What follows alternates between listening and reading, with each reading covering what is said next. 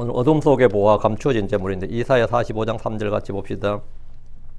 또 내게 어둠 속에 묻힌 보물들과 은밀한 곳에 숨겨진 재물들을 주리니 이것은 내 이름으로 너를 부르는 나 곧 주가 이스라엘 하나님 줄을 내가 알게 하려니라. 누구한테 한 말이에요? 하나님께서 누구에게 한 말이죠?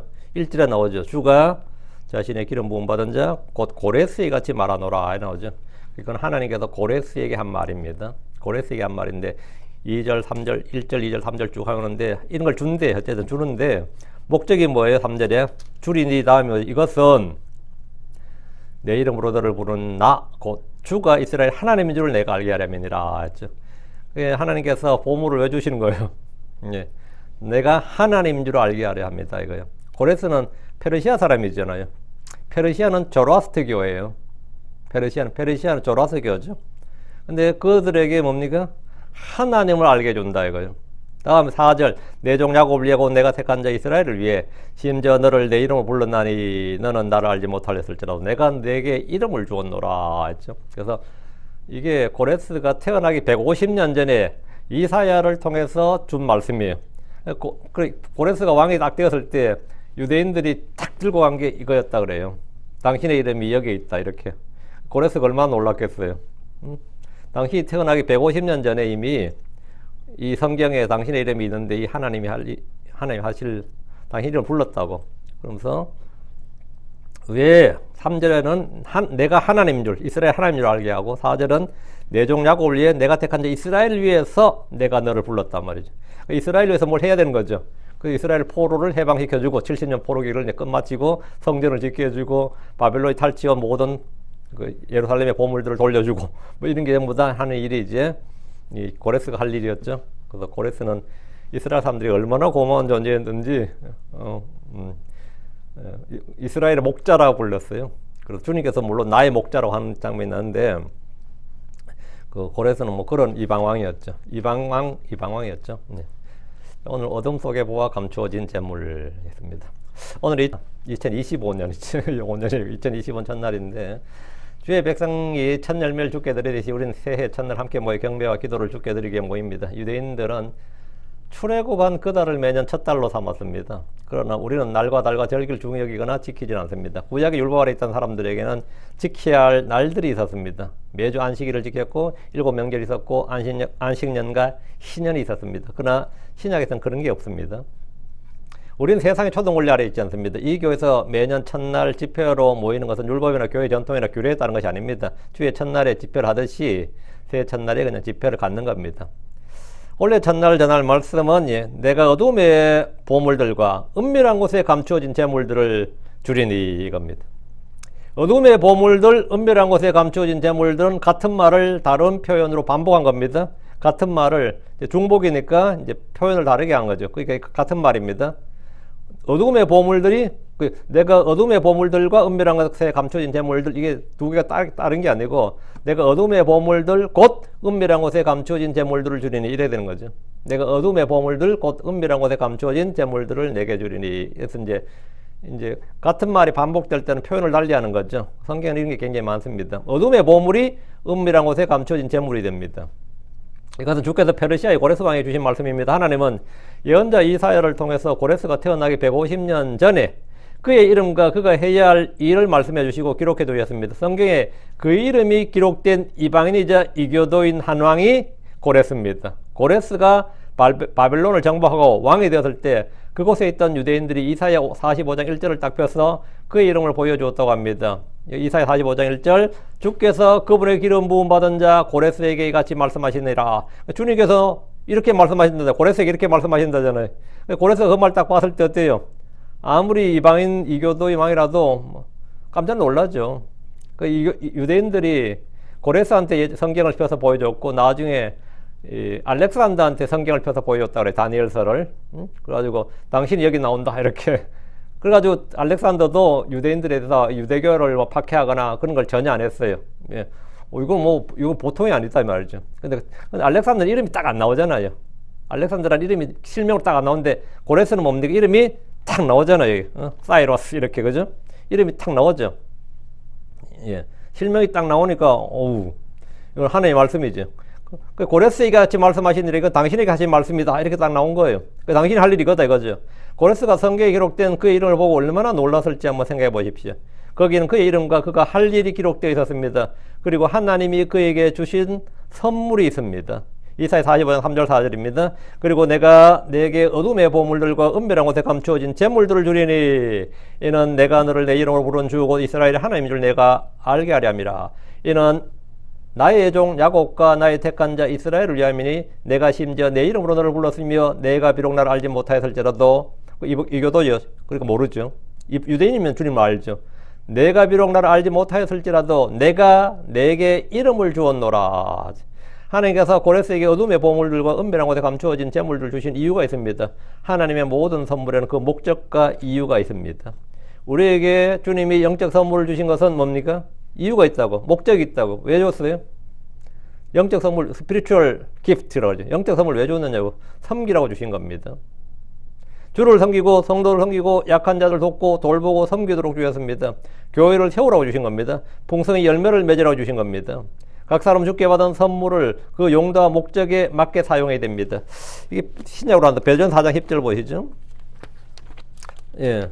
그 선물을 써서 어떻게 하라 되어 있어요? 말씀이 있죠. 예, 베드로전 4장 10절. 이거 제가 성경에 따로 표시를 안 했는데, 베드로전 4장 10절에. 예. 각 사람이 은사가 선물이죠. 각 사람이 선물들 받은 대로 하나님의 여러 가지 은혜를 받은 선한 청지기들로서 서로 그 은사로, 그 선물로 섬기라. 하나님께서 뭘 주신 것은 성령을 왜 주셨겠습니까? 예, 성령의 열매를 맺으라고 주신 겁니다. 그 성령의 권능으로 일하라고 주신 거죠. 뭐든지 주님이 주신 것은 그 용도와 목적이 있단 말이죠. 주님께서 고레스에게 왜 이걸 주시느냐? 어둠의 보물들, 은밀한 곳에 감추어진 재물들 왜 줬느냐고요. 하나님께서 고레스에게 어둠의 보물들, 은밀한 곳에 감추어진 재물들 주신 이유가 첫째는 주 이스라엘 하나님인 줄을 알게 하려니라. 내가 너로 하여금 내가 주 이스라엘 하나님인 줄 알게 하려니라. 내가 이방신들 중에 하나가 아니고 내가 주 하나님이다. 이건 하나님 이교도요 이방인이었던 고레스에게 하나님을 알게 주었습니다. 둘째, 주의 종 야곱과 주의 택하신 자 이스라엘 위함입니다. 하나님께서 고레스에게 주신 어둠의 보물들, 은밀한 곳에 감추어진 재물들은 바벨론에 있던 모든 보물들과 재물들이었습니다.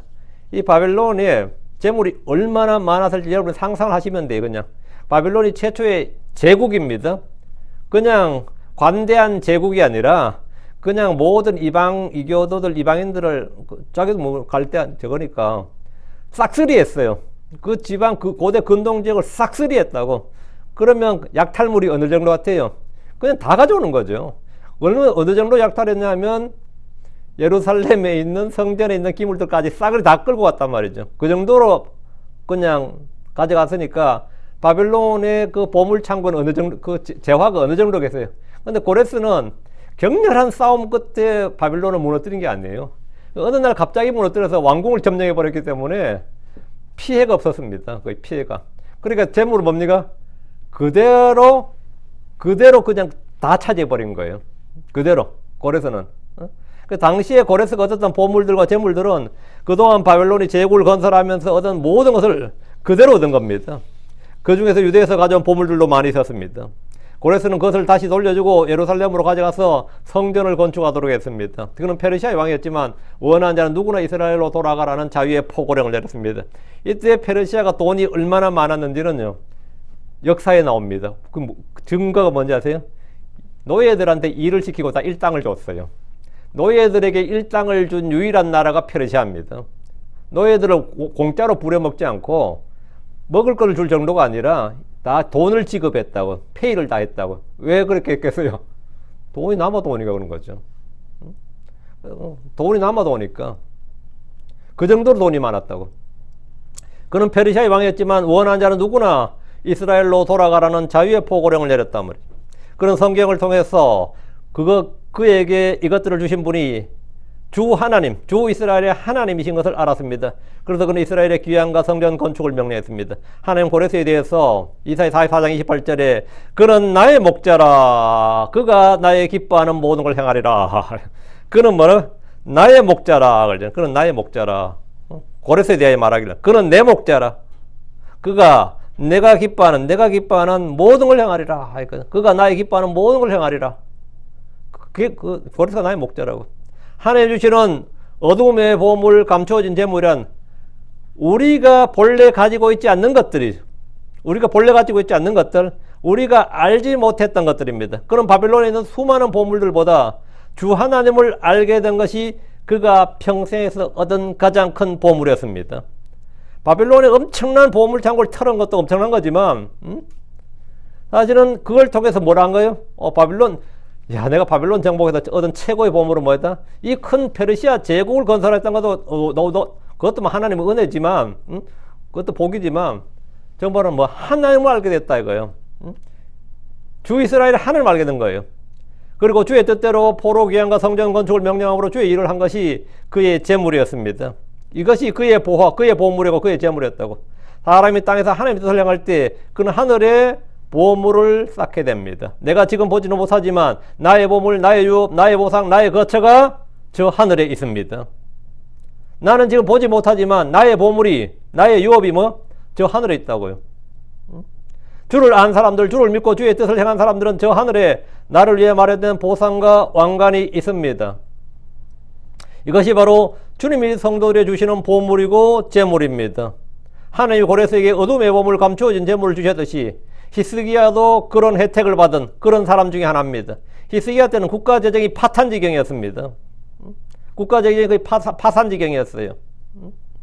그 아시리아 그 사네립의 침략으로 멸망할 위기에 처했습니다. 어디에도 구원의 손길 없었습니다. 왕국은 멸망 직전이었고 백성은 모두 죽거나 포로로 사로잡혀갈 위기에 놓였습니다. 그런 그때 그가 주를 구하고 주를 신뢰했습니다. 주를 신뢰하고 주를 불렀어요.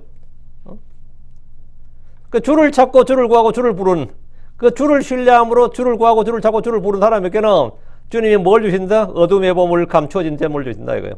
그가 알지 못했고 어디에서 없었던, 그가 갖고 있지 못했고 알지 못했던 그런 어떤 무엇이 주어지는데 그런 주를 신뢰함으로 승리했고, 아시리아의 대군이 남기고 간 그 노량물을 다 쓸어 담았는데 그 정도가 어느 정도였냐면 역대기야 32장 27절 30절에 보면 히스기야가 심히 많은 재물과 명예를 소유하였으므로 자기를 위해 은과 금과 보석과 향료와 방패와 온갖 종류의 아름다운 보물을 둘 보고들을 만들었고, 또 곡식과 포도주과 기름에 불어난 소출을 둘 저장 창고들을 만들었으며 온갖 종류의 짐승을 둘 외양간들을 만들고 양떼를 둘 양우리들을 만들었더라. 또 그가 자기를 위해 도시들을 예비하고 많은 양떼와 소떼를 소유하였더라. 하나님께서 그에게 재물을 심히 많이 주셨더라. 히스기야가 자기의 모든 일에서 형통하였더라.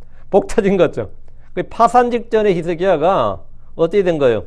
이렇게 된 거예요. 하나님은 그분이 부르시고 택하신 자들에게 어둠의 보물들, 은밀한 곳에 감추어진 재물들을 주십니다. 이스라엘이 이집트에서 종살이, 즉 노예 생활을 했습니다. 그럼 뭐가 되는 거죠? 아무리 잘나도 노예예요. 아무리 잘나도 그냥 노예라고. 잘생긴 노예, 못생긴 노예, 힘센 노예, 힘약한 노예, 이런 것밖에 없는 거예요. 노예가 노예지 뭐. 주님은 그런 그들이 이스라엘을 이집트에서 나올 때, 이스라엘 이집트에 나올 때 어땠어요? 빈손으로 무일푼으로 나오게 하신 것이 아닙니다. 그들은 이집트를 노력하고 그 땅에서 은과 금을 가지고 나오게 하셨습니다. 그래서 그들 중에는 약한 자가 아무도 없었습니다. 약한 자, 아무리 현대 뭐 요즘 뭐 북유럽의 뭐 복지국가 해봐야 노르웨이가 아무리 뭐 노르웨이야 뭐 그 인구가 몇 명 안 되잖아요. 그런데 석유는 나지, 살림은 많지, 자원은 많으니까 막 나눠줘도 그러다 또 돈을 잘 운영해가지고 막 풍부하지. 그런 노르웨이 같은 나라도 말이죠. 출애굽한 이스라엘과는 비교 안 됩니다. 이스라엘은 100%다 그들이 금과 은을 다 가지고 있었어요. 100%다 금과 은을 가지고 있었다고. 100%다 자가 소유의 집을 가지고 있었습니다. 100%다 자기 부동산이 있었습니다. 밭이 있었다고, 땅이 있었다고. 100%다. 가나안 땅에 들어왔을 때는 그들에게 젖과 꿀이 흐르는 모든 좋은 물건이 가득한 집을 주시고 그들이 파지 아니한 우물과 심지 아니한 포도원과 올리브나무를 주시고 먹고 배부르게 하셨습니다. 정복하는 동안에 얻어먹은 노량물은 말도 못하고요. 자기 소유라고는 아무것도 없었던 노예 백성이었던 그들이 모두 자기 집, 자기 땅을 갖고 자기 가축을 갖게 되었습니다. 그러나 이보다 더 큰 보물이 있었으니 그들 자신이 주님의 특별한 보물, 제사장왕국, 거룩한 민족이 된 겁니다. 요게 가장 큰 보물이었어요.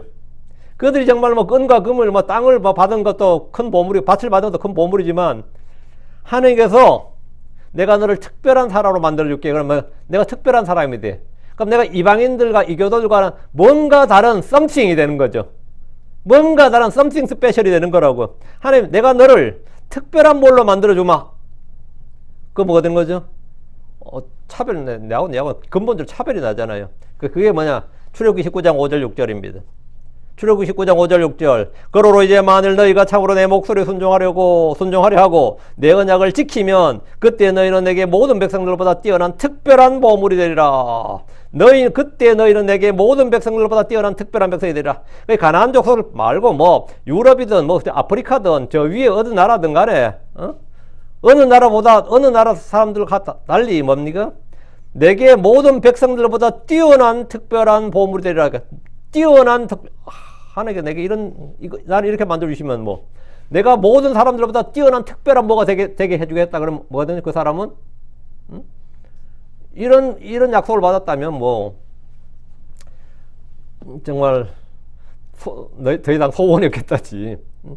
세상에 잘난 사람 많아요. 그런데 주님께서 너희가 참으로 내 목소리 순종하려 하고 내 언약을 지키면 그때 너희는 내게 모든 백성들보다 뛰어난 특별한 보물이 되리라. 이는 온 땅이 내 것이기 때문이라. 또 너희는 내게 제사장들 왕국이 될 것이요 또 거룩한 민족이 되리라.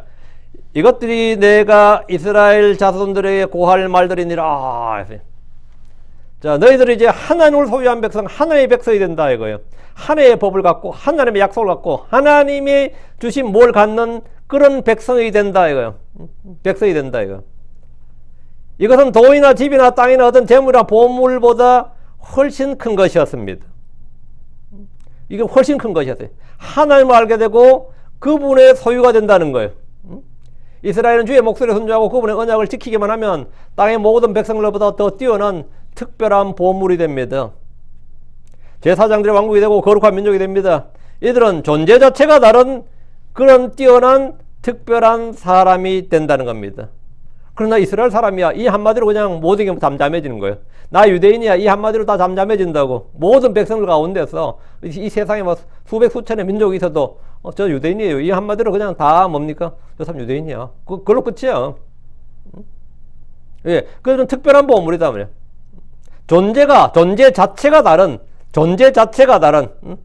그러니까 이들은 존재 자체가 다른 그런 뛰어난 특별한 사람이 된다는 겁니다. 우리는 크리스천들로서 하나님의 아들들로서 이런 놀라운 복을 받았습니다.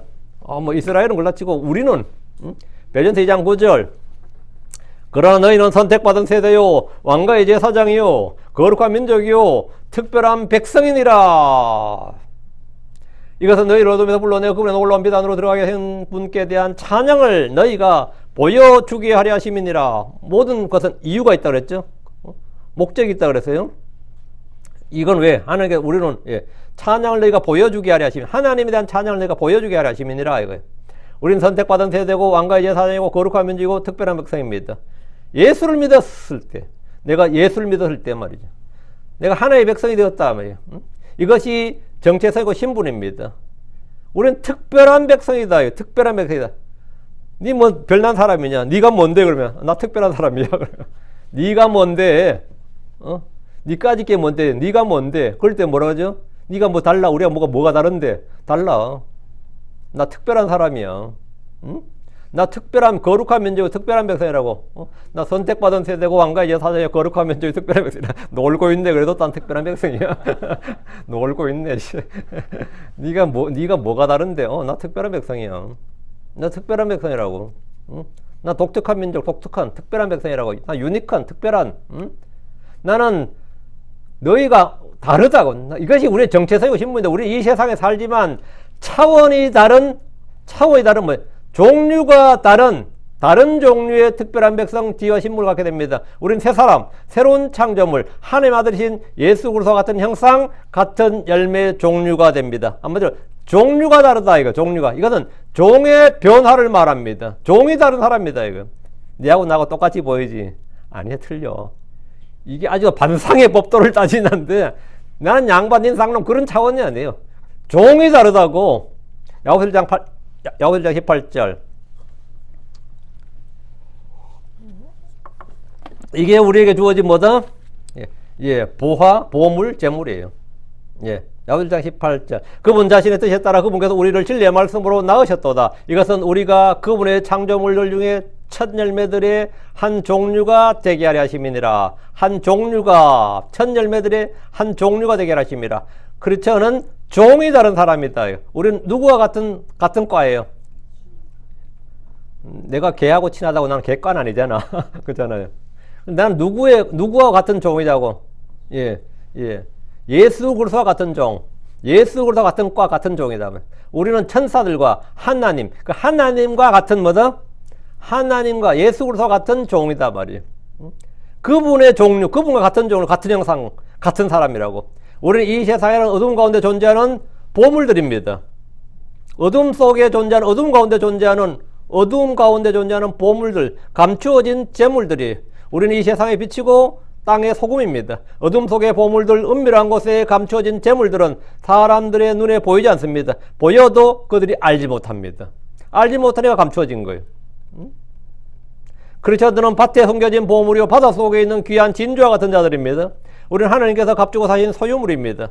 우리가 왜 보물이냐고 묻느냐면 우리 속에 보물이 있기 때문입니다. 우리에게 있는 가장 귀한 보물, 재물이 뭡니까? 예수 그리스도입니다. 예수 그리스도는 이 세상의 모든 보물들을 헛것으로 만들 만큼 뛰어난 특별한 보물입니다. 빌립보 3장 7절 8절. 빌립보 3장 7절 8절. 그러나 무엇이든지 내게 이득이었던 것들을 그것을 내가 그리스도를 위하여 손실로 여겼노라. 참으로 의심 없이 내가 모든 것을 단지 손실로 여기나니 나의 주 그리스도 예수의 지식이 뛰어나기 때문이라. 그분을 위하여 내가 모든 것에 손실 있고 그것을 단지 똥으로 여기나니 이것은 내가 그리스도를 얻고자 함이니라. 주 예수로의 지식이 모든 것을 손실로 여길 만큼 뛰어난 겁니다. 그리스도를 얻는 것은 모든 걸 얻는 겁니다. 그분이 머리요 뿔입니다. 우리의 온몸이 머리로부터 관절과 힘줄에 영향을 공급받고 서로 결합하여 하나님께서 자라게 하신 대로 자랍니다. 그분은 뿌리요 가지입니다. 우리는 가지들입니다. 가지는 뿌리부터 모든 걸 받습니다. 그리스도는 모든 것 안에 모든 것이고 모든 것을 충만케 하시는 충만입니다. 그분 안에 하나님의 신격의 모든 충만이 몸으로 거합니다. 그분 안에는 지혜와 지식의 보화가 감추어져 있습니다. 예수님을 알고 그분을 얻는 것은 모든 걸 소유하는 겁니다. 왜 우리가 특별한 보물이 있냐? 내 속에 그 보물이 있다고.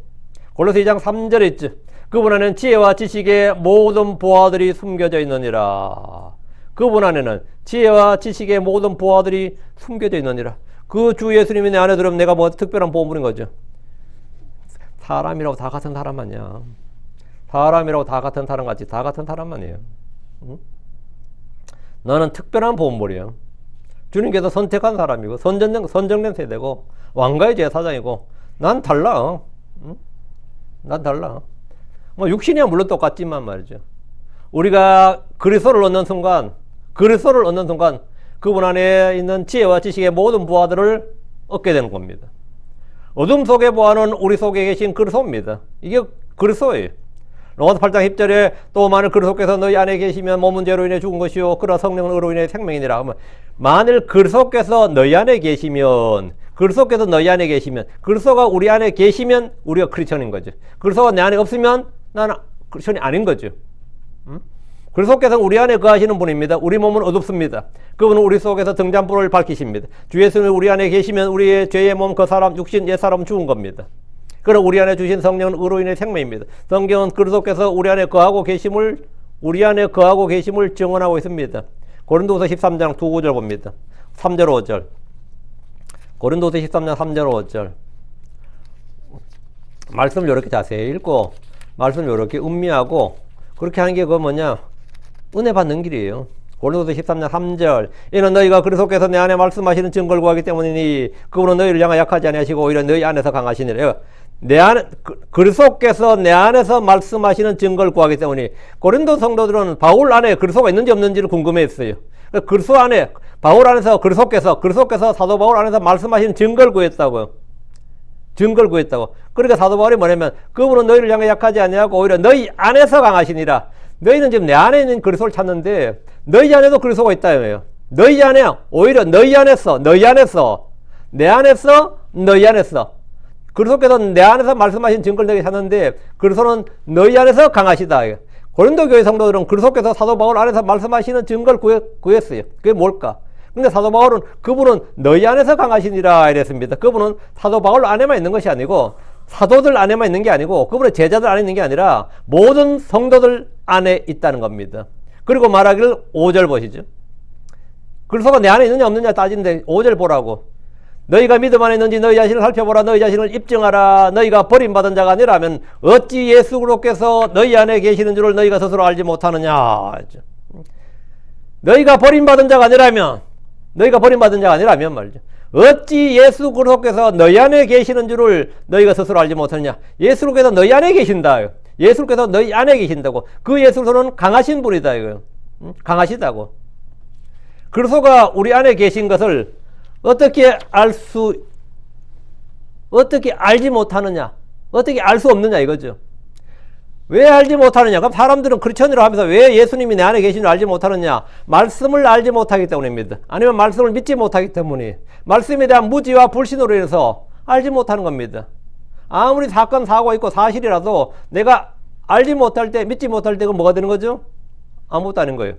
빌립보서 1장 6절에 바로 이 일을 확신한 후에 너희 안에서 선한 일을 시작하신 그분께서 예수 그리스도의 날까지 그 일을 이루시리라. 너희 안에서 선한 일을 시작하신 그분께서 주님은 어디서 일을 시작하신 거예요? 주님 어디에 거하고 어디에서 일을 시작하시는 거예요? 주님은 우리 안에 거하시고 우리 안에서 일을 시작하신 겁니다. 주님은 이 세상을 개혁하기 위해서 이 세상 어딘가 어느 조직 어느 단체 어느 정부에 있는 게 아닙니다.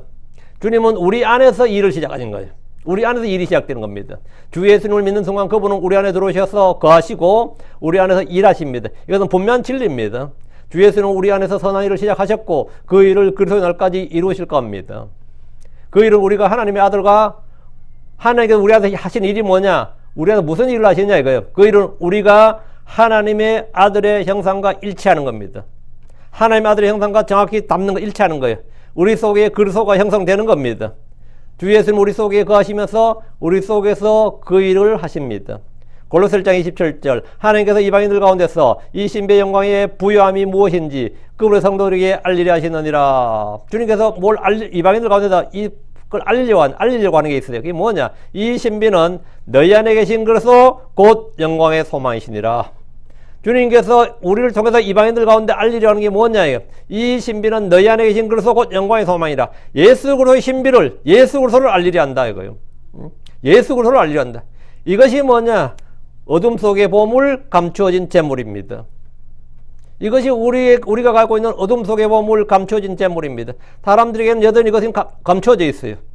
사람들이 이거는 여전히 눈이 멀기 때문에 빛이 없기 때문에 어둠 속에 있다고. 믿는 자들이 주시는 가장 큰 보물 재물이 바로 우리 속에 계신 그리스도입니다. 그분은 우리 속에서 일하십니다. 골로새 1장 29절 이 일을 위해 나 또한 그분의 활동에 따라 싸우며 수고하노니 그분께서 내 속에서 강력하게 일하시느니라. 그분께서 어디 있어요? 그분께서 내 속에서 내 안에서 강력하게 일하시느니라. 그분께서 내 속에서 일하신다. 주님이 우리에게 주신 왜 내가 특별한 존재냐 이거예요. 왜 내가 하나님께서 나를 어떻게 하셨기에 나를 어떻게 하셨기에 새로운 창조물 새 사람이 되게 만들어야 주님과 같은 종류의 같은 열매 종류가 되게 하셨기 때문에 주님이 그래서 주님 우리를 형제라 부르기를 부끄러워하시는데 이건 뭐냐? 같은 종류의 열매이기 때문에 이게 뭐냐? 우리가 가진 뭐냐? 진정한 보물이죠. 주님이 우리 주신 보물은 뭐냐? 성령입니다. 주님은 믿는 자들에게 성령을 부어주셨습니다. 주 예수님을 믿으면 그 사람 안에 주의 영, 주의 기름 부음이 있습니다. 이것은 우리 속에서 영생하도록 솟아나는 샘이 됩니다. 이것은 배에서 흘러나온 생수의 강이 됩니다. 주님이 부어주신 성령이 있습니까? 한국교회에서는 오랫동안 성령에 대한 이상한 교리를 가르쳤습니다. 예수를 믿은 후에 따로 기도하거나 금식하거나 안수를 받음으로써 성령 세례를 받아야 되고 성령을 받은 증거는 방언하는 것이다. 이런 식의 가르침이 아주 유행을 했습니다.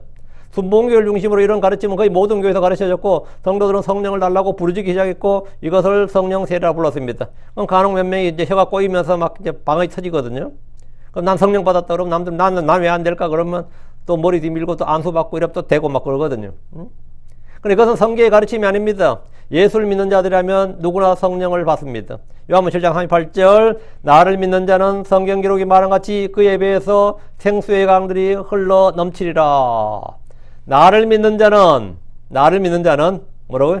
성경 기록이 말한 것 같이 그에 비해서 생수의 강들이 흘러넘치라. 여기서 말한 생수는 따로 해석이 필요하지 않습니다. 바로 39절에 나와요. 그분을 믿는 자들이 받을 성령. 이렇게 딱 해석이 나오죠. 나를 믿는 자는 뭐다? 성경이 말한 것 같이 성령을 받는다. 성령이 있다 이 말이죠. 회개하고 예수로 이름으로 침례를 받으면 성령을 선물로 받습니다. 사도행전 2장 38절에 죄들의 사면을 위하여 회개하라. 그리고 너희 각 사람이 예수로 이름으로 침례를 받아라. 그리하면 너희가 성신님을 선물로 받으리라. 베드로 오순절에 모인 유대 백성에게 성령을 받기 위해서 그들이 해야 할 일을 말해줬는데 죄들의 사면을 위해 회개하고 예수로 이름으로 침례를 받으라는 겁니다. 그들은 예수를 믿지 않았고 그분을 배척하고 죽인 살인자들이었습니다. 그러나 그들이 회개하고 그분의 이름으로 침례를 받으면 당연히 구원받고 성령을 받습니다. 자, 주목하십시오. 예수의 이름으로가 아닙니다. 그리스도의 이름으로 침례 받는 거 아니에요? 회개하고 뭐 하라고요?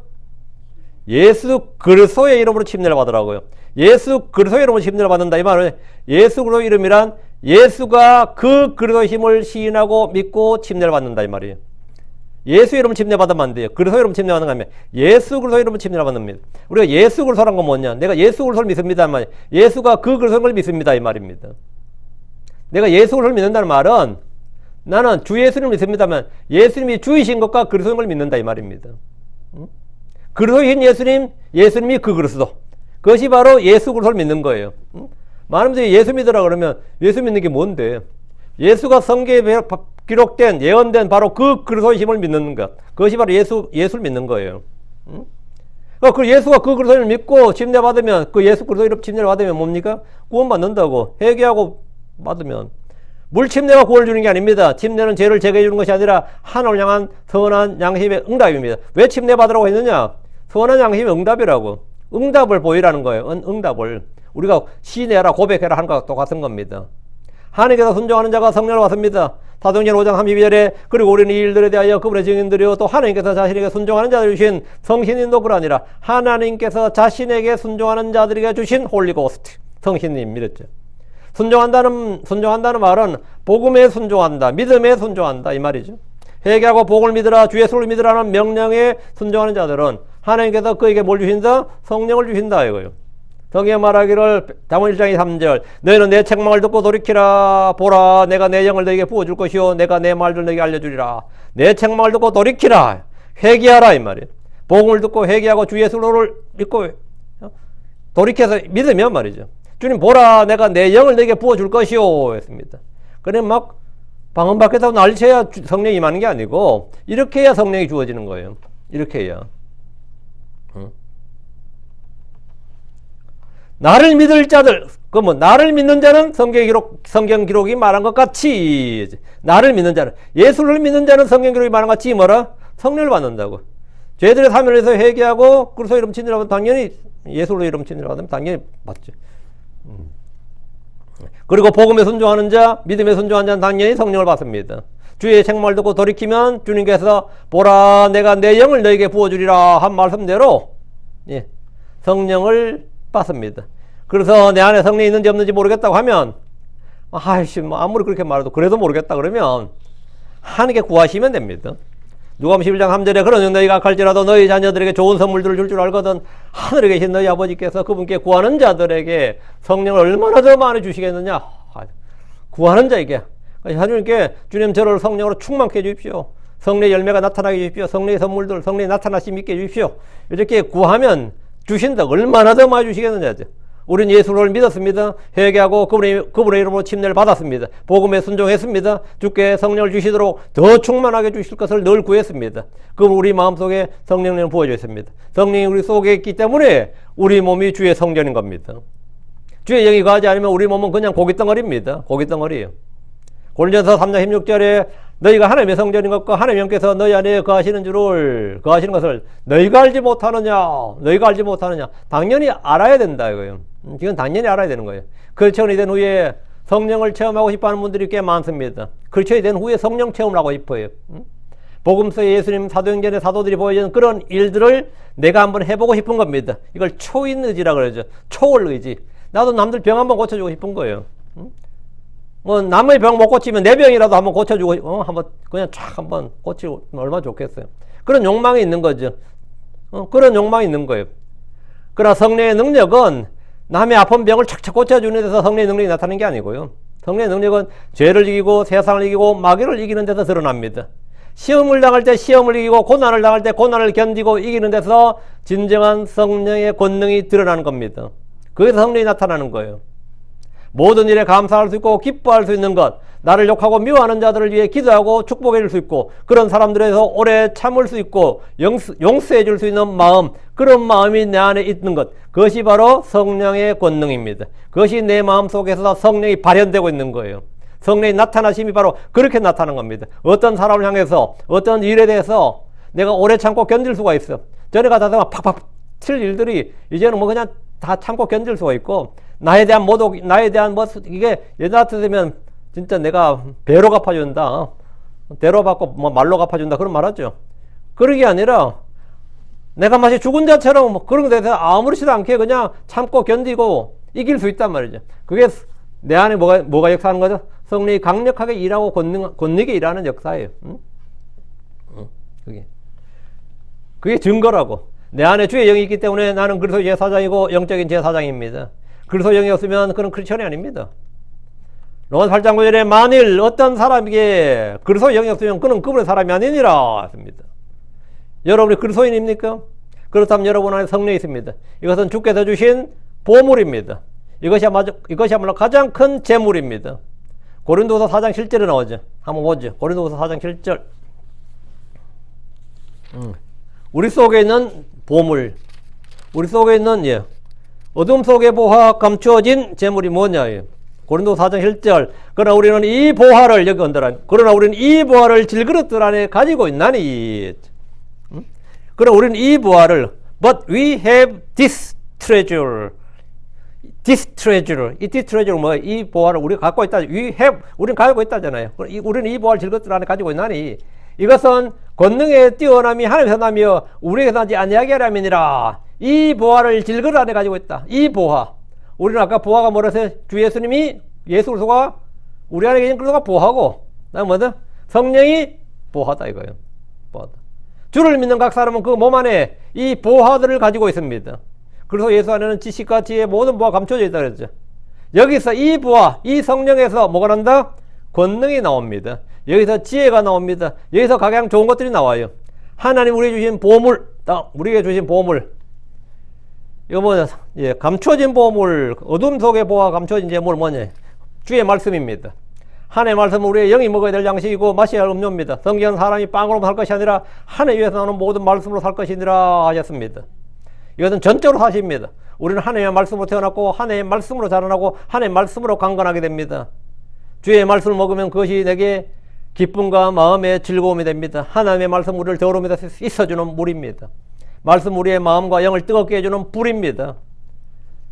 예레미야 20장 9절에 그때 내가 말하였노라 내가 그분에 대하여 언급하지 아니하며 더 이상 그분의 이름으로 말하지 아니하리라. 그러나 그분의 말씀이 내 마음속에서 마치 내 뼛속에 갇혀 타오르는 불 같았도다. 이것이 내가 참기에 지쳤고 가만히 있을 수 없었도다.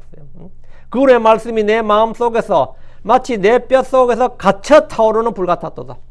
여러분이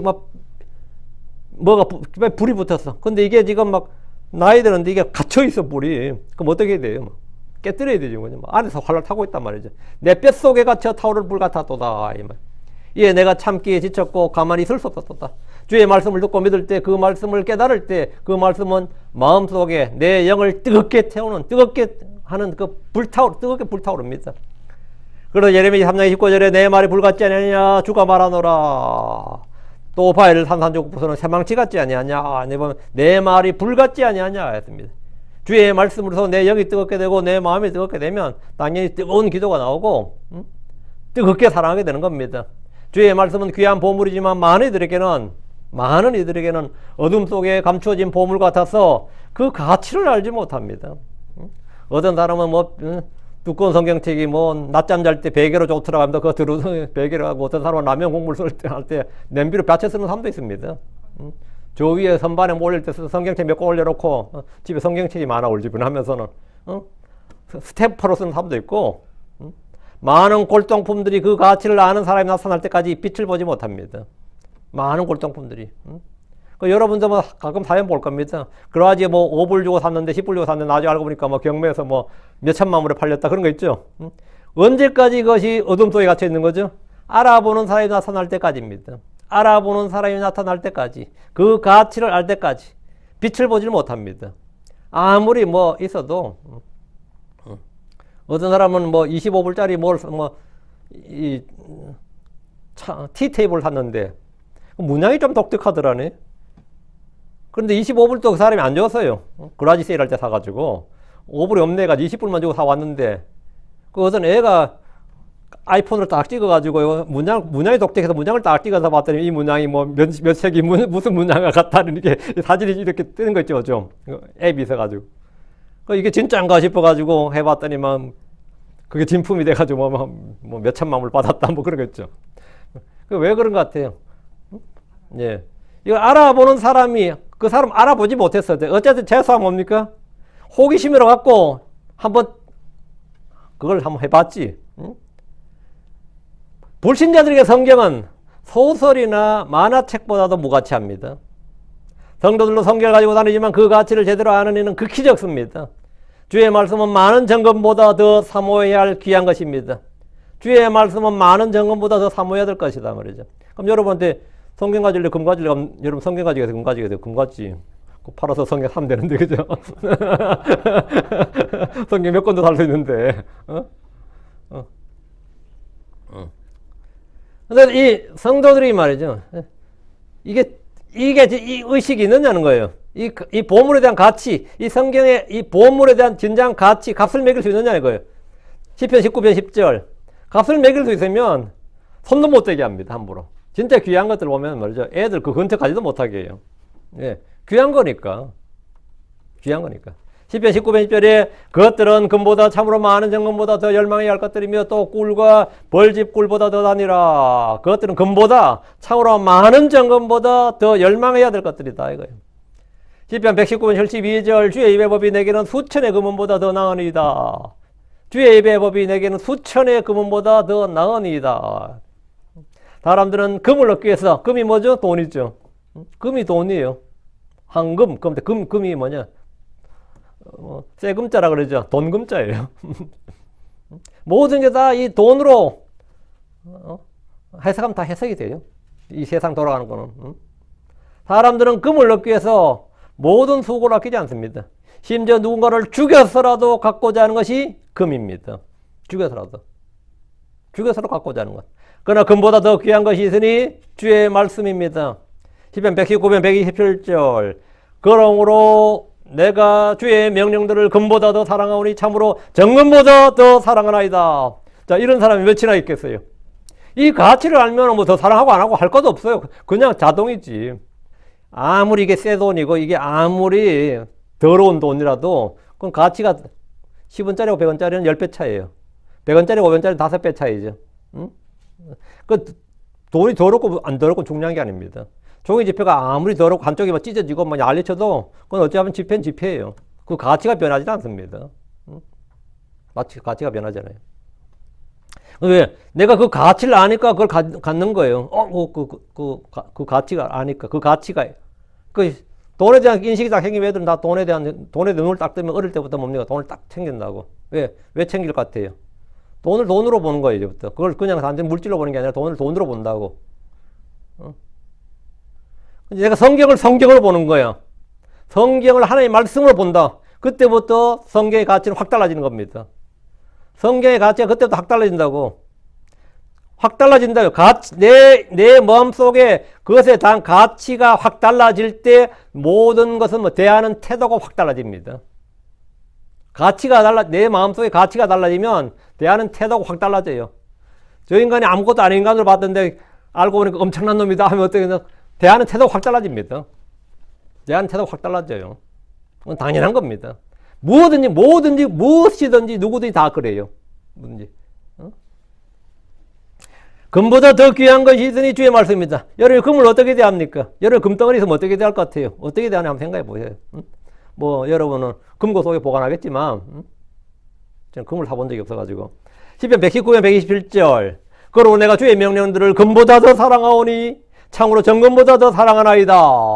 더 사랑하나이다. 더 사랑하나이다. 더 열망한다. 더 나으니이다. 더 사랑하나이다. 그건 왜 그런 것 같습니까? 그 가치를 알기 때문입니다. 그 보물의 가치를 아는 거예요. 이 보물의 가치를 아는 거예요. 근데 사람들이 이것에 대한 가치를 그렇게 잘 모릅니다. 대부분 말이 크리스천이지. 주께서 우리에게 주신 보화가 은밀한 곳에 감추어진 보물. 바로 이 보물이 뭐냐예요. 주의 말씀입니다. 주의 말씀이에요.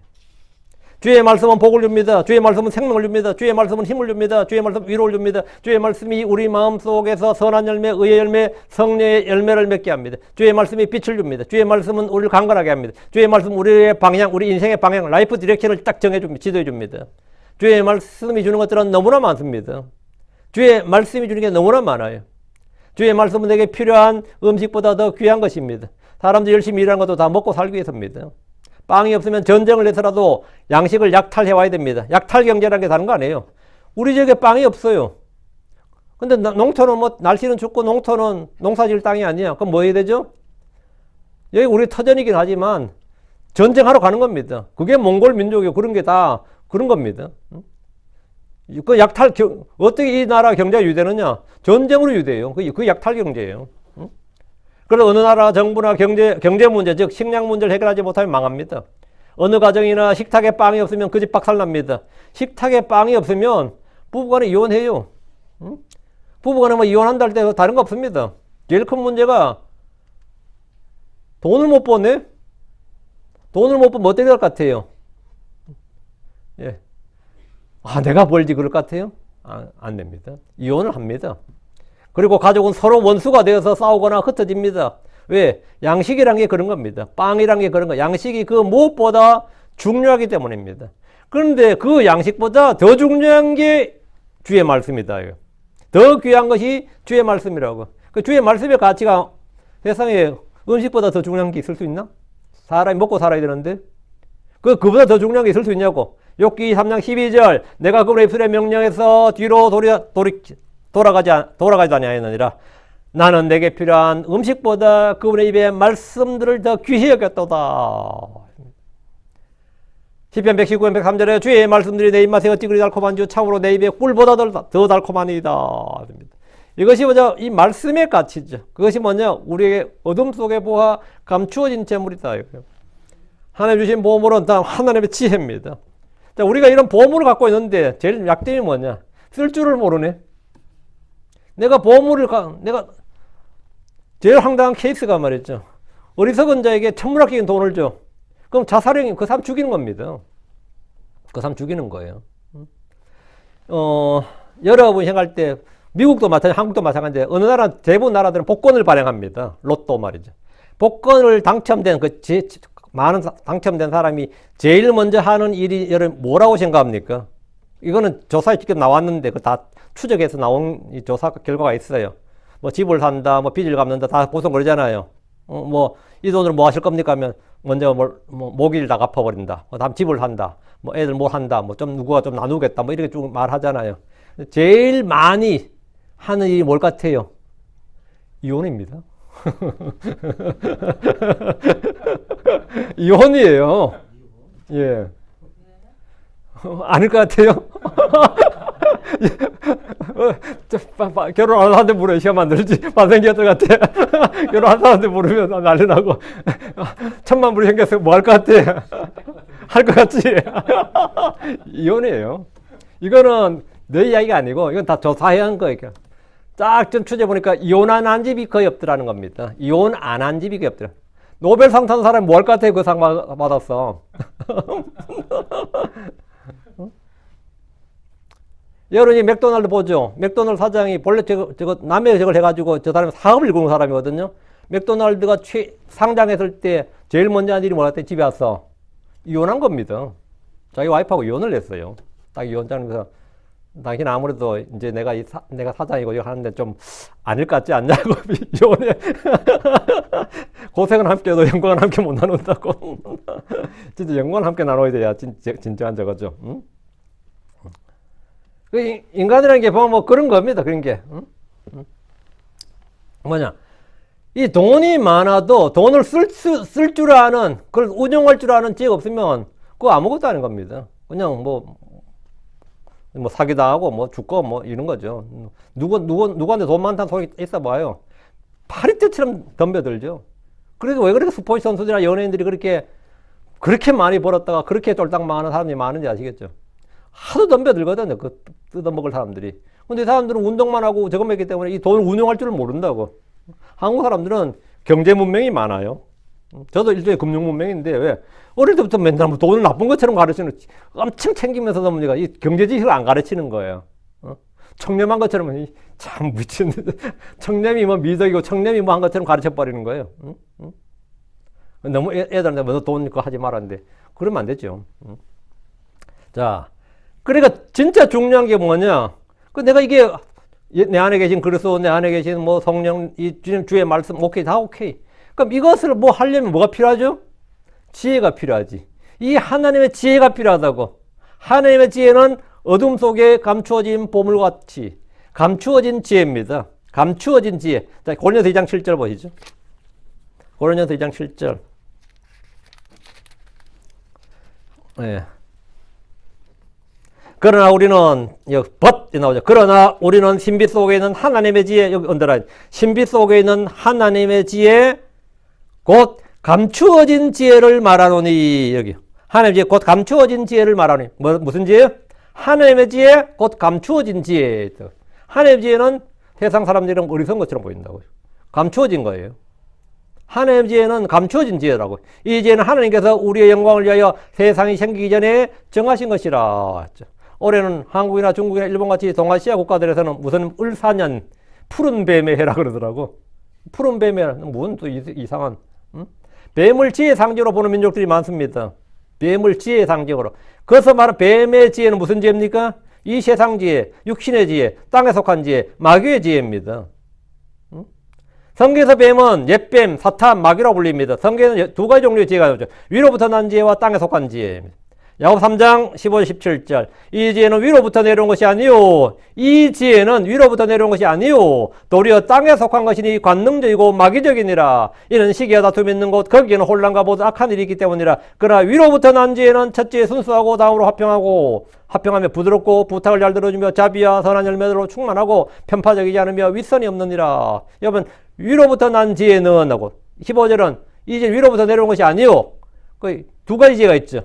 그리스도의 십자가는 하나님의 지혜입니다. 그리스도의 복음은 하나님의 지혜고 하나님의 권능입니다. 그러나 이 지혜는 세상이 알 수가 없습니다. 하나님께서는 이 세상의 지혜를 어리석게 만드셨습니다. 세상의 지혜는 하나님을 알지 못합니다. 위로부터 난 지혜는 어둠 속에 감추어진 보물들과 같습니다. 그래서 사람들은 그것을 볼 수 없고 알 수 없습니다. 사람이 영적 지각의 눈이 열릴 때까지 그런 것들을 무가치한 것으로 여깁니다. 본성에 속한 사람은 하나님의 영의 것들을 받아들이지 않습니다. 이는 그것들이 그에게 어리석은 것이기 때문이요. 또 그것들을 알 수가 없기 때문입니다. 왜냐하면 그것들이 영적으로 분별되기 때문입니다. 성경이 말하는 지혜는 이 세상의 지혜가 아니요. 이 세상 통치자들의 지혜가 아닙니다. 그것은 아무 쓸모없게 됩니다. 주님께서 이 세상의 지혜는 쓸모없게 만든다고 하셨어요. 이 세상의 지혜는 하나님께 어리석음입니다. 땅에 속한 지혜, 세상의 지혜, 육체의 지혜와 같이 그런 지혜가 아닌 위로부터 난 지혜, 하나님의 지혜를 소유해야 하나님께서 우리에게 주신 그 어둠 속에 보아 감추어진 재물을 하나님께서 우리에게 주신 것들을 우리가 유용하게 사용할 수가 있습니다. 유용하게 사용할 수 있어야 돼요. 하나님의 지혜는 가장 뛰어난 겁니다. 자, 이 하나님의 지혜를 어떻게 하면 얻느냐? 구하면 됩니다. 후히 주시고 꾸짖지 않으신 하나님께 구하라. 그리하면 그분께서 주시리라. 구하면 됩니다. 예. 자, 하나님의 지혜는 가장 뛰어난 것입니다. 왜 하나님의 지혜는 왜 보물이냐 이거예요. 욥기 28장으로 합니다. 12절 13절. 욥기 28장을 좀 보죠. 욥기 28장 하고 다음에 다 한번 볼 겁니다. 욥기 28장 12절 13절. 그러나 지혜는 어디서 찾을 것인가? 명철의 저손 어디인가? 사람이 그것의 값을 알지 못하며 산자들의 땅에서 그것을 찾을 수 없도다. 이 나오죠. 지혜는 어디서 찾을 것인가? 어디서 찾아요? 명철의 저손은 어디인가? 어디서 찾아야 되겠습니까? 위로부터 난 지혜는 위에서부터 내려와야 되는 거예요. 땅에서는 없다고. 그래서 사람이 그것의 값을 알지 못하며 이 가치는 아무도 매길 수가 없다고. 너무나 귀한 것이고 이건 진짜 이게 보물이에요. 산자들의 땅에서 그것을 찾을 수 없다. 요번에 이 지혜를 산자들의 땅에서 찾을 수가 없다고 합니다. 이것은 위로부터 즉 빛들의 아버지로부터 내려오는 것이기 때문입니다. 이것은 그래서 예수 안에 감추어진 것이기 때문이에요. 그래서 사람들 가운데는 찾을 수가 없었던 겁니다. 자, 28장 15절부터 19절까지. 그것은 금으로도 얻을 수 없으며 또 은으로도 그것의 값을 달 수 없으리라. 이건 선물이라고. 이건 살 수 있는 게 아니라 선물이라고. 복음은 선물입니다. 구원은 선물이에요. 성령은 값을 주고 살 수 있는 게 아니라 선물입니다. 금으로도 은으로 살 수 없다고요. 16절. 그것은 오비력금이나 귀한 줄만노나 사파이로도 그것의 값을 매길 수 없느니라. 황금과 수정이라도 그것과 견줄 수 없으며 정금보물로도 그것을 맞바꾸지 못하리라. 익스체인지거든. 맞바꾸지 못하리라. 18절. 산호나 진주는 말할 필요도 없도다. 이런 지혜의 값이 루비들보다 뛰어나기 때문이라. 에티오피아의 황옥이라도 그것과 견주지 못하며 또한 순금으로도 그것의 값을 매기지 못하리라. 지혜의 가치가 어느 정도란 겁니까? 이 땅에서 뭔가 견줄 수 있는 그런 게 아니다 이거예요. 하나님의 지혜, 위로부터 난 지혜란 것은 이 땅의 어떤 재화로 어떤 무엇으로 바꿀 수 있는 게 아니다. 살 수 있는 게 아니다. 이거. 이 지혜보다 더 뛰어난 보물이 없습니다. 하나님 우리가 어리석은 자가 아니라 지혜로운 자가 되라고 하셨습니다. 주의 말씀은 지식과 지혜의 말씀입니다. 주의 영은 지혜의 영입니다. 하나님은 홀로 지혜로우신 분입니다. 홀로 지혜로우신 하나님이죠. 홀로 지혜로우신. 그러니까 이 지혜를 어디서 얻어야 되겠습니까? 주를 구해야 되는 거죠. 주께 구해야 되는 겁니다. 그분으로부터 지혜를 구하고 주님으로부터 받아야 됩니다. 뭐 복을 받으라고 해도 뭐 줘야 받지 뭐 말로만 주지도 않아서 받으세요 하면 어떡해요. 응? 복을 하나님 복은 복이신 하나님, 복의 근원이신 하나님으로부터 응? 지혜도 마찬가지죠. 생명도 마찬가지고. 잠언으로 갑니다. 8장 10절 11절. 잠언 8장 10절 11절. 은을 받지 말고 나의 훈계를 받으라. 또 제사의 것보다 차라리 지식을 받으라. 11절. 이런 지혜가 루비보다 더 나으며 또 사람이 말하는 모든 것이 그것과 비교될 수 없기 때문이라. 사람이 말하는 모든 것이 그것과 비교될 수 없다고. 이것이 최상의 뭐다? 최상의 금은보다 더 나은 것. 이것이 뭐다? 보하고 재물이다 이거예요. 자, 잠언 16장으로 갑니다. 16장 16절. 잠언 16장 16절. 지혜를 얻는 것이 금을 얻는 것보다 얼마나 더 나은가. 또 명철을 얻는 것이 오히려 은을 택하는 것보다 더 낫도다. 지혜를 얻는 것이 금을 얻는 것보다 얼마나 더 좋은가. 지혜란 뭐냐? 하나님께서 우리에게 주신 모든 것, 이제 어떤 것들을 내가 그것을 합법적으로 하나님의 뜻대로 사용할 수 있는 거예요. 그 사용할 수 있는, 운영할 수 있는 능력이 뭐든 그게 지혜입니다. 지식이 좀 부족해도 지혜로운 사람도 있어요. 지식은 보통 인포메이션이나 정보나 뭐 날리지에 관한 거고, 그렇지만 지혜는 학교에서 배울 수 있는 게 아닙니다. 지혜는 하나님부터 오는 거예요. 하나님부터 오는 거예요. 하나님 주신 어둠 속의 보물, 감추어진 재물. 자, 한 가지는 뭐냐? 예, 믿음입니다. 우리에게는 믿음이에요. 자, 베드로전서 1장 7절. 베드로전서 1장 7절. 너의 믿음의 단련은 불로 단련될지라도 썩어지는 금보다 훨씬 더 귀하니. 믿음의 단련이 뭐다? 예. 불로 단련될지라도 썩어지는 금보다 훨씬 더 귀하니 예수 그리스도께서 나타나실 때 칭찬과 존귀와 영광으로 발견되게 하람이니라. 자, 여기 보면 믿음의 단련이 나오는데 사람들은 금을 원합니다. 금을 원해요, 다. 하나님은 그것보다 더 귀한 믿음의 단련을 주십니다. 성도들에게는. 하나님께 내가 금을 좀 주십시오. 그럼 주님이 금보다 귀한 걸 주마. 이러면서 믿음의 단련을 주신다고요. 그걸 하나님의 말씀을 주시고 이게 더 귀한 것이단 말이죠. 믿음은 하나님의 말씀으로부터 옵니다. 더 귀한 걸 줘도 영 찜찜하고 안 좋아하지. 달라는 걸 주시지 뭘 이런 걸 주시냐고. 달라는 걸 주시지 뭐 이런 거를 뭐 이런 거죠. 예수로 믿음의 창시자시오 완성자십니다. 성령 그분의 뜻대로 각 사람에게 믿음을 나누어 주시는 분입니다. 믿음이 귀하다 좋다는 것은 뭐 다 압니다. 다 동의할 겁니다. 왜 믿음은 우리 소위 말하면 약방의 감초라 그래요. 왜? 감초라는 게 잘 몰랐는데 뭐 약방에서는 모든 약을 지을 때는 감초가 다 들어간다더라고요. 왜? 한약은 쓰거든요. 쓴 것을 좀 덜어주기 위해서 감초를 넣는다 그러더라고요. 나 약방의 감초 왜 나왔나 했더니만 약방의 감초처럼 하면 아무데나 다 들어가는 거 모든 게. 크리스천의 삶에서 아무데나 다 들어가는 게 뭐냐? 믿음이에요. 기도할 때는 믿음의 기도죠. 기도는 언제나 어디에서나 다 필요한 거예요. 그 사람들은 누구나도 다 알지. 그다 왜 믿음이 약방의 감초처럼 모든 게 다 들어가냐? 믿음에서 나지 않는 모든 것이 죄이기 때문입니다. 믿음이 나지 않는 게 모든 게 죄예요. 로마 14장의 3절에 그리고 의심하고 먹는 자는 정죄를 받나니 이는 그가 믿음을 따라 먹지 아니하기 때문이라. 이는 무엇이든지 믿음에 다하지 아니한 것은 죄니라. 죄이기 때문이라. 그럼 먹는 것도 믿음으로 먹어야 된다는 거 아니에요 지금. 먹는 것도 지금 믿음을 따라 먹지 아니하면 뭐가 된다? 죄라잖아요.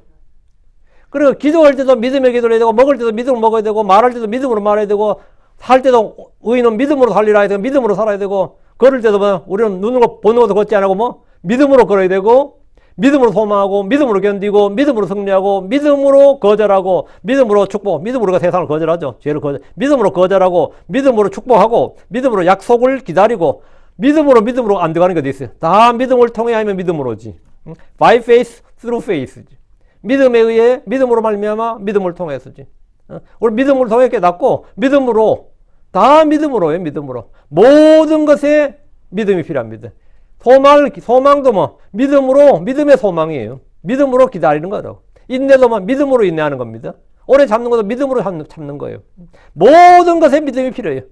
그럼 믿음은 어떻게 어디서 옵니까? 누구에게서 오는 거예요? 믿음은 믿음의 창시자로부터 오는 겁니다. 믿음은 어떻게 오느냐? 하나님의 말씀을 들음으로 온 겁니다. 하나님의 말씀에 의해 말씀을 들음으로. 그 로마 10장 17절이에요. 믿음은 보이지 않았어. 어둠 속에 보화 감추어진 재물과 같지만 그것들은 우리 속에서 자라나고 열매를 맺습니다. 이 믿음의 달려는 없어질 것보다 훨씬 더 뭐 귀하다. 이것이 보물이다. 이게 진짜 재물이다. 이거 하나님 주시는 어둠의 보물, 감추어진 재물. 성도들도 이게 보물인 줄 모르는 보물이 있어요. 그건 그리스도를 위해 받는 치욕과 고난입니다. 히브리서 11장 26절. 히브리서 11장 26절.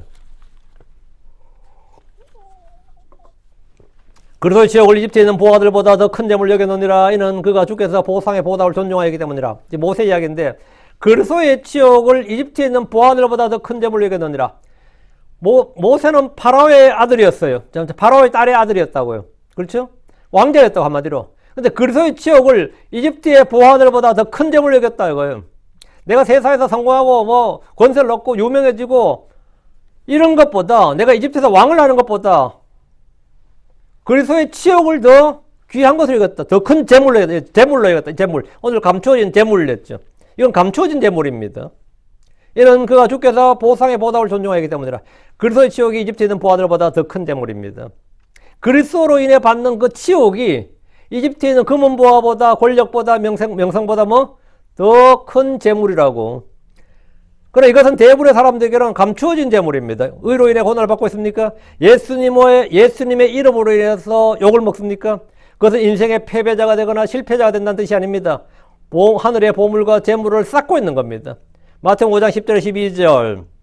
의로 인하여 박해받는 자들은 복이 있나니 이는 하늘의 왕국이 그들의 것이기 때문이라. 나로 인하여 사람들이 너희를 욕하고 너희를 박해하고 또 너희를 대적하여 거짓으로 온갖 종류의 악한 것을 말할 때 너희에게 복이 있도다. 기뻐하라. 크게 즐거워하라. 그리고 크게 즐거워하라. 이는 하늘에서 너희의 보상이 크기 때문이라. 이는 그들이 너희 앞에 있던 예언자들을 이같이 박해하였기 때문이라. 주님께서 이런 일들이 뭐다? 보물이다 이거예요. 너희가 받을 보물이고 보상이고 상급이고 영광이고 너희가 받을 상속의 유업이다 이거예요. 이거 의로 인하여 그리스도로 인하여 박해를 받고 욕을 먹고 거짓으로 온갖 종류의 악한 것을 들을 때 그것들은 어둠의 보화들이고 감추어진 재물들이 주님께 내가 너에게 이걸 주리라 하면 아이고 주님 뭐 그런 걸 주신다고 앞에 것부터만 주시고 뒤에 제일 마지막 거는 빼시고 뭐 주님 그걸 내가 그걸 주겠다고. 이건 왜 주시느냐? 내가 주인 줄을 너희가 알게 하려 합니다. 하나님을 알게 하고 우리 주 예수를 알게 하게 한 겁니다. 그리고 이것들을 통해 주님이 주시는 이유는 다 목적이 있습니다. 이유가 있어요. 하나님께서 우리 주신 선물은 다 용도가 있습니다. 우리는 우리 일을 자랑하기 위해서 우리 자신의 사적인 이익을 위해서 우리 자신을 뭐 뽐내고 드러내기 위해서 주님이 주신 것들을 사용해서는 안 됩니다. 그런 건 뭐 말도 안 되는 것이고 우리는 그런 걸 이용해서 뭐 내가 예언의 은사를 받았다고 그걸 점칠 수는 없잖아요. 물론 그런 것도 없겠지만 내가 방언의 은사를 받았다면서 하면서 내가 얼마나 영적이고 성령 세례 받았다고 이거 지금 자랑하는 거죠. 나도 성령 세례 받은 사람이야 이런 거. 이게 다 말도 안 되는 뒷거리집입니다. 왜 하나님께서 성령의 선물을 주시느냐 이게. 서로를 섬기게 하기 위해서 주신다. 교회를 채우게 하기 위해서 주신다. 주를 섬기고 뭘 하도록 주시는 거 아니다. 목적, 용도하고 목적이 있단 말이죠. 근데 이 주님으로 해서 받는 이 고난도 뭐냐, 박해도 모욕도 수치도 다 사실은 뭐다? 어둠의 보물이고 감추어진 재물이다. 이거. 이런 것을 통해서 우리는 주를 더욱더 알게 되고 주님과의 교제가 깊어지고 내 믿음은 단련되고 나는 성장되고 하늘의 보물은 쌓여지고 이렇게 된다. 응? 올 한 해 여러분이 모두 저 하늘에 크고 많은 보물들을 쌓아두는 그런 날들이 되길 바랍니다. 부자 되십시오. 부자 되세요. 이 보물들 많이 부자 되세요. 큰 보물들, 감추는 재물들로 왕창 얻는. 예. 우리 인사하자. 부자 되세요. 예, 부자 되세요. 예. 저 하늘에 많은 보물들을 쌓아두는 우리 성도들 되기를 바라고 여기까지. 예. 예, 새 첫날 예, 함께 해주신 분 감사드리고요. 또 올 한 해 여러분이 믿음이 더 성장하고 또 자라나는 그래서 하나님께 주시는 어둠 속의 보화 감추어진 재물들을 여러분을 위해서 여러분에게 정말 풍성하게 주어지길 바랍니다. 기도합시다. 이래적으로 건조하는 감사합니다. 하나님께 은혜 주셔서 오늘 주의 말씀을 선포했습니다. 올 한 해 이렇게 말씀으로 하루를 시작할 수 있도록 해주셔서 감사합니다. 계속해서 이 말씀들이 선포되도록 해주시옵소서. 주님께서 주신 순수한 말씀, 완전한 말씀, 영감 있는 또 주의 보존된 이 말씀들을 아버지 하나님 늘 권능 있고 영감 있고 또 기록된 그대로 경이롭게 선포되기를 원합니다. 전능자주 하나님께서 힘을 더해 주시옵소서. 듣는 혼들에게 지혜와 계시를 주시고 깨닫는 마음을 주십시오. 아버지 하나님 저희가 참 하나님께서 저희의 지각을 열어주시고 깨닫는 마음을 주시고 듣는 귀를 주시고 학식이 있는 자의 혀를 주시고 아버지 하나님 무엇보다 또 저희 몸에도 강건함을 주셔서 저희가 주님 오시는 그날까지 또 저희 호흡이 붙어있는 그날까지 주를 찬양하고 또 왕가의 제사장으로서 또 영적인 제사장으로서 그리스도의 제사장으로서 할 수 있는 모든 일을 잘 할 수 있도록 해주시고 믿음에 달려갈 길을 다 잘 경주할 수 있도록 해주시옵소서.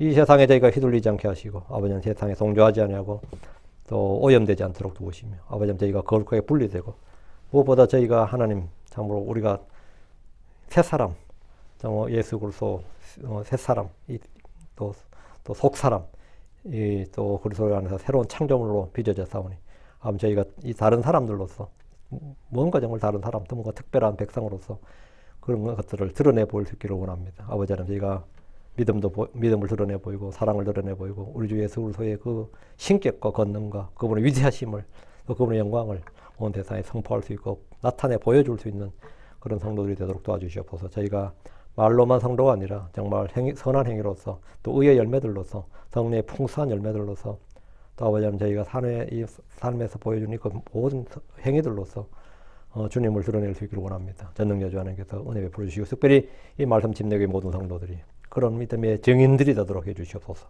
그리스도의 증인들로서 그렇게 드러나게 하여 주십시오. 감사드립니다. 주의 성기도합니다. 아멘. 아멘.